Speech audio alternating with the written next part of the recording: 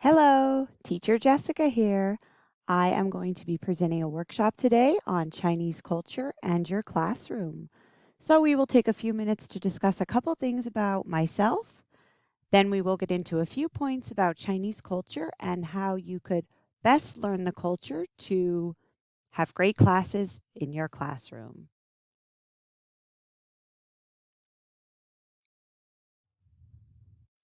Welcome. Ni hao. My name is Teacher Jessica LQQ. I've been teaching with VIP Kids since November of 2017.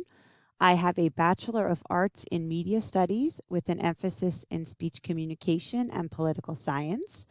I had many positions within the company. I was an official Facebook community ambassador for VIP Kids' official Facebook page. I was part of the Teacher Advisory Council, and I admin and moderate many VIP Kid Facebook groups. So I'd like to share some of my knowledge with the teacher community. I love interacting with my peers, so I would like to be a workshop mentor.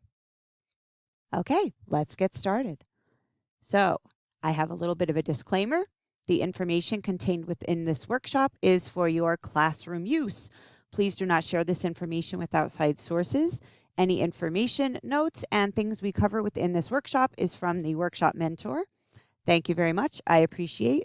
Feel free to screenshot, but just keep this information for your personal use. Thank you so much. Okay, we are going to be talking about 3 main parts of Chinese customs and culture today. Keep in mind, these are things that I've researched and I found to be very interesting that I've also noticed happen within my classroom. These are practices from the culture that I have taken to my classroom to help elevate my classroom for my students. The first is open palm. The second is gift giving. And the third is the fact that our students can possibly have 2 birthdays. Who would have thought? Okay, let's get started. So the first part is gesturing. When referring to a person or addressing a person within the Chinese culture, just how you may find in your country if you live in America, if you live somewhere else within the globe, technically speaking, pointing can seem a little rude at times. So what I like to do is you refer to a person with an open gesture. You will see the screenshot from my classroom. I always ask the students, what is your name? How are you? An open palm is considered a bit more polite. Try to use an open palm to be the most polite. Refrain from pointing. Always do the open flat palm to gesture towards your students or to address their parents. An open flat palm is always best. It's the most gracious and the most polite. If you have any questions at any time during the workshop, feel free to drop questions. I'll be monitoring the chat box as we go. I'll stop the workshop if we have to. If you have any questions, you could use the raise your hand function. Definitely, I will be trying to do the workshop and check the comment box, the chat box, to see if there's anything that anybody needs, any questions you have as we go along here. Okay, thanks so much. Okay, the second part I would like to get to is gift giving.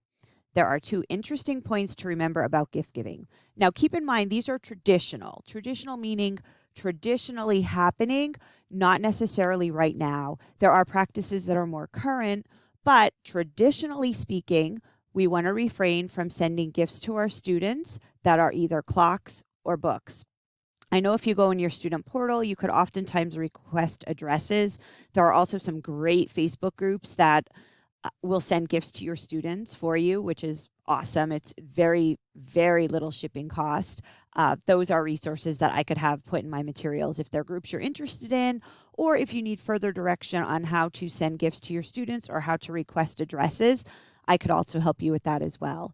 So traditionally speaking, meaning if you have some older people in the student's home, maybe grandparents, they might not suggest you gift a book or a clock.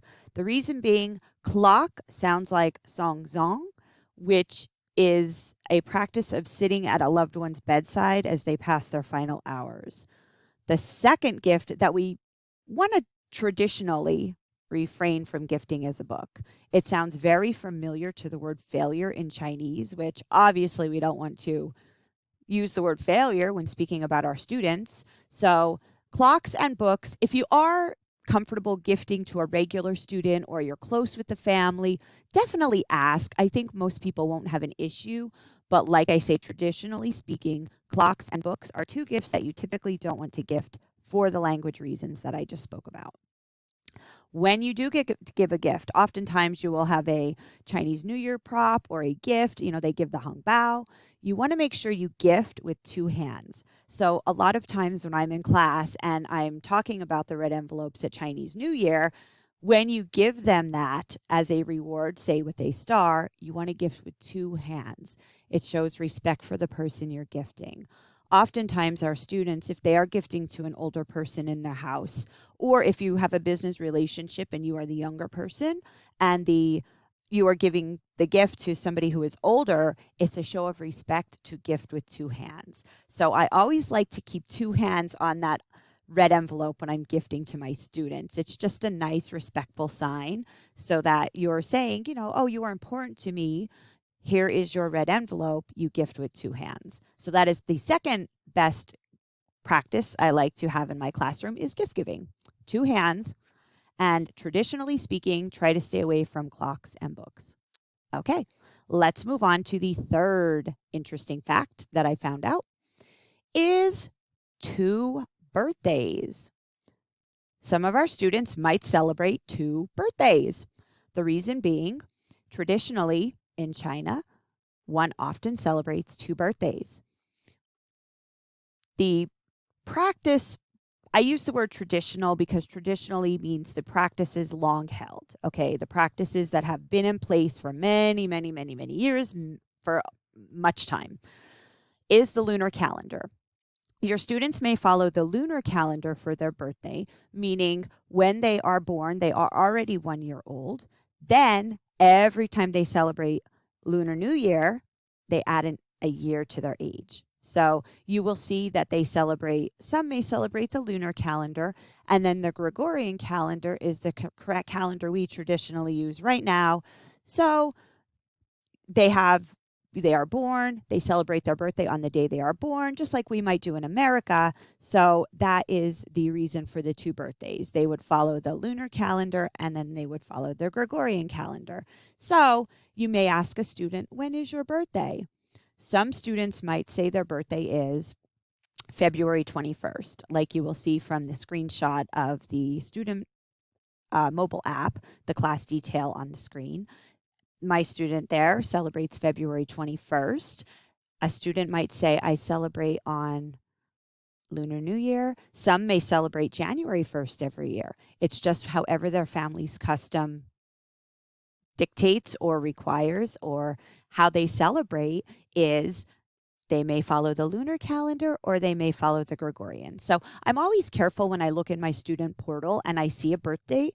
I don't necessarily want to show up to class all dressed in birthday gear. I've done that before and it turned out fine, but the student was very confused because they didn't know why I was celebrating their birthday, because sometimes the date may be different than what you see in the portal. So just keep that in mind when celebrating. They may follow the lunar calendar, they may follow the Gregorian. Some families may celebrate both. So just be conscientious of that when you're celebrating with your students. Okay, very good. Let's move on here. So there were a few resources I pulled. Obviously, I've done some research on this. I didn't just make any of these things up here, okay? So these are some resources you use. You can go to these websites to look into a little bit more about the culture, Chinese culture, different ways they like to celebrate, different customs they may have that you would find interesting and pertinent to your classroom. So these are the three different websites I pulled from for my resources. I found really great information, a lot of fun facts there. So I hope you enjoyed the workshop. Keep in mind, you want to have an open palm. You want to be careful with traditional gifts that you may choose to present to your students. And third, you want to definitely keep in mind they may celebrate more than one birthday based on the lunar calendar or the Gregorian. So thank you so much. I hope you have a great day. Zaijian. Thank you.